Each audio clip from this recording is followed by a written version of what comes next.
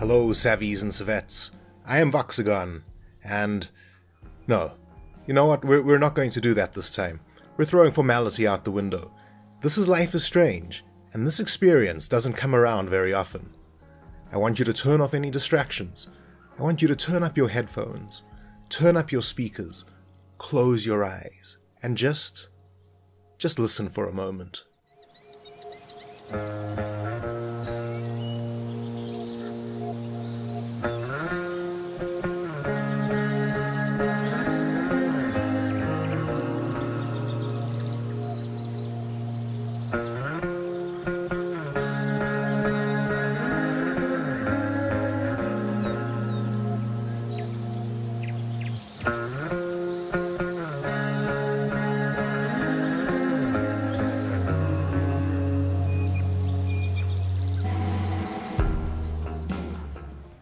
And this is it.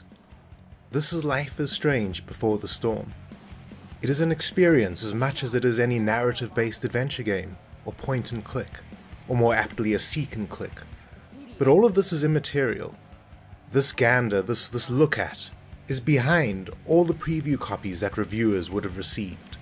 And so this video is going to be even more different from the other gander impression videos I have done. It's not going to be focused on the elements that would typically make a game review or impression. I do not want to cover how the game operates, what you'll find yourself doing in the game, or options or any of these minutiae that are in Deck 9's first treatment of the Life is Strange license. Perhaps the background gameplay will hopefully answer some of these curiosities regardless. What I want this video to be, as I thematically think it should be, is the impression, the sensibilities that the first episode of Before the Storm, Awake, has left in me. As I said with this gander's opening, Life is Strange is as much an experience as it is anything else. You, the player, are coming into the life of Chloe Price before the events of the first Life is Strange game, and this temporal placement is a foreboding conceit indeed. For if the original has been played, there is a palpable, pregnant sense of the future that presses on every moment of the game, and it's exhilarating, and it's depressing.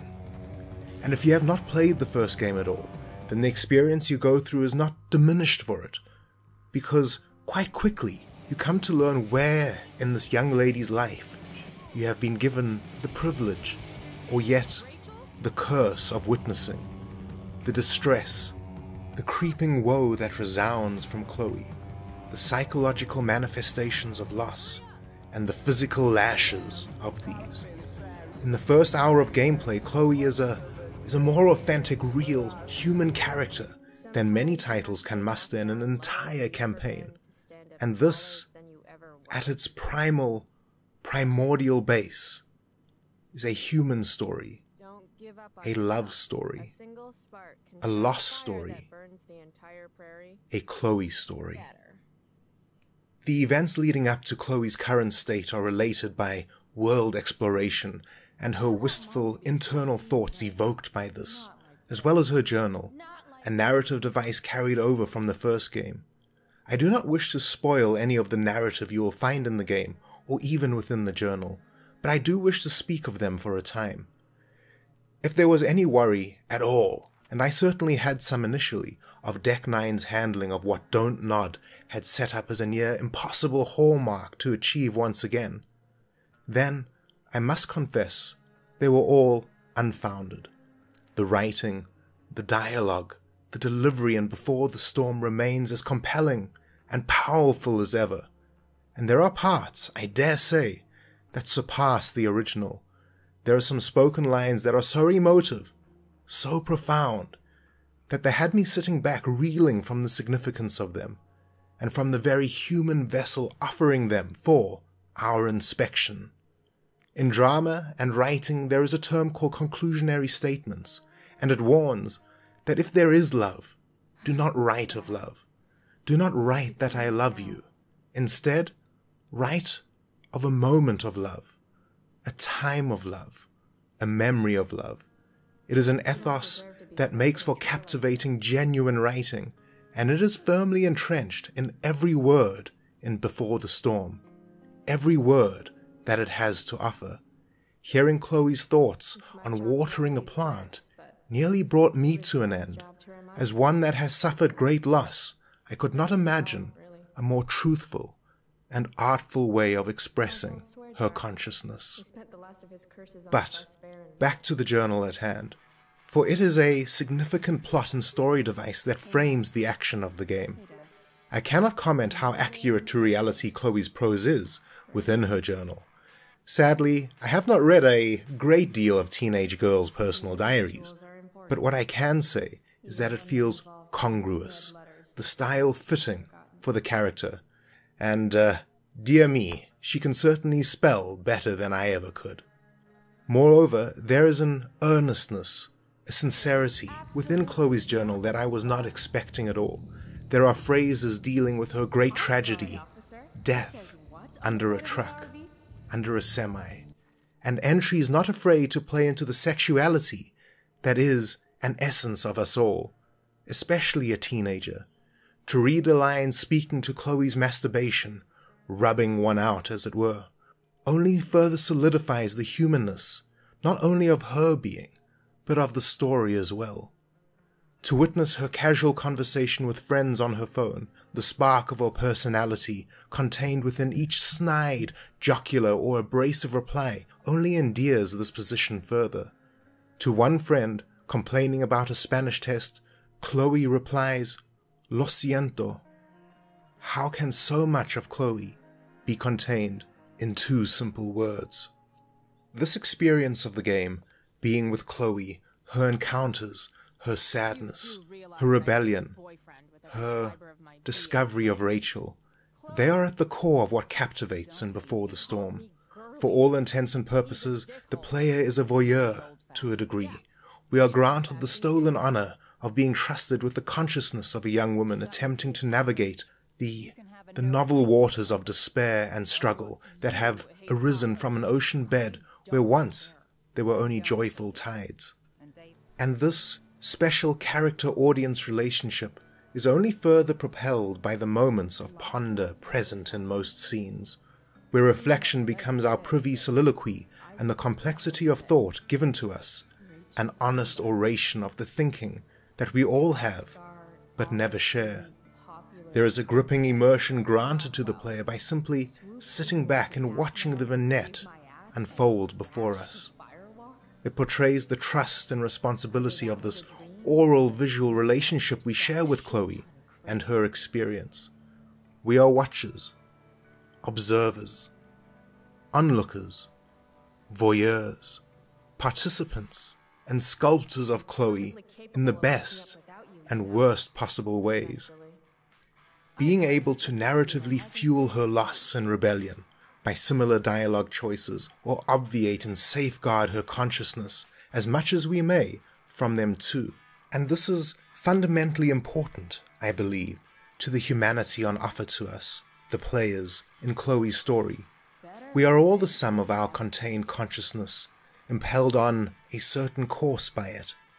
But at each moment we interact within the world, we are capable of slight shifts of it, by selecting the spectrum of our will. Much the same as Chloe, whether we feed her hate or soothe it, each action, each choice, regardless, feels true to her character, and that, in of itself, is telling of laudable, refined, skilled writing and delivery. Moreover, there is a new gameplay element within Before the Storm, backtalk, that replaces, to some extent, the powers that Max possessed in the original game. Backtalk is Chloe's power, the verbal strength of her character to change the outcomes of those she interacts with. And although sometimes the options can be a bit odd, and their shortenings, like Telltale games, not entirely linked to what ends up being said, the mechanic, nevertheless, is clever, and a welcome addition that bestows Chloe with her own personal capability in overcoming obstacles, and one that is fitting and seamless with her current situation in life, as well as her psyche. Time was Max's power, words are Chloe's, and she is powerful indeed. Each backtalk bolstering our familiarity and bond with her. As was present in Max's story in the first game, I was prepared to acquaint myself with our dearest protagonist by the exploration of her personal artifacts in her life and within her room. What I was not anticipating was discovering one of the most engaging character immersion techniques I have come across to date. I had read and seen before the release of the game that there would be various outfits to use to alter Chloe's appearance, and, if I am honest, I thought poorly on it, seeing it as a gimmicky way to promote pre-orders and special editions of the game, and to a degree this does remain true. However, when I discovered Chloe's chest of drawers in her room, and needed to join Mom downstairs for breakfast, I was suddenly presented with a selection of clothes. Offhandedly, I selected the first I saw, prepared to continue the narrative, but as Chloe stood in front of the mirror, considering herself, I fell back in my chair, bewildered by the notion that I now, unexpectedly, cared what my version of Chloe would wear to school. The idea of altering a character's clothes is hardly novel. Generally, most video games do it these days. However, what they fail to achieve is context that gives significance to this alteration. Having Chloe pick her clothes, after having spent an hour first becoming acquainted with her, was a genius move of pacing. And even if the deluxe and pre-order outfit schlock were not present, there were still options for the player to choose different ensembles, even if they were taken from a smaller pool.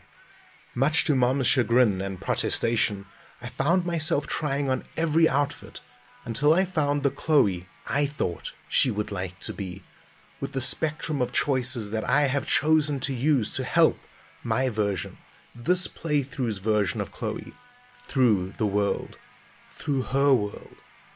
Never before had I thought that changing the clothes of a character could be so powerfully emotive, so well-timed, and so compelling as to make me sit back and muse upon the significance of a sleeveless or short-sleeved shirt.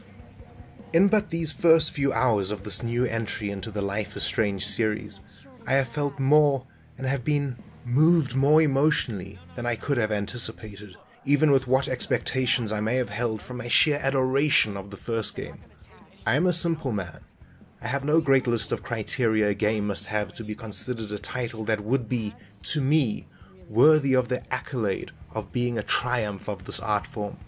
It need only make me feel, in some capacity, that is all, be it through gameplay or through narrative. And Before the Storm tugged at me constantly through its deft plot, visceral writing, and exploration of thought and consciousness. Life is Strange Before the Storm, Episode 1, Awake, is a game that is essentially an experience of life, of a life crashing, diminishing, struggling, and loving after cataclysmic catastrophe. And I believe that if you're even partially inclined to the style of video game or narrative, then each moment within the game repays its enthrallment and engagement each cent spent on the title. Heck, even if you do not find yourself playing the style of video game, this may be the title that could change your expectations. It's hella good. I have been VoxAgon. Thank you for watching this Gander at video. If you enjoyed my waxing emotive warble about Before the Storm, please consider subscribing, sharing, and liking. It's hella appreciated. If not, the dislike is just alongside it, but so too is Nathan Prescott. Savis and Savettes, until we... Oh, one last thing. I wish I could play Dungeons & Dragons with Mikey and Steph forever. Until we meet again. Your axe swings wildly to the side. Mikey, roll a reflex save. Oh no. 3. Your axe strikes Elamon's leg. Legs. Plural. Severing both feet at the ankles.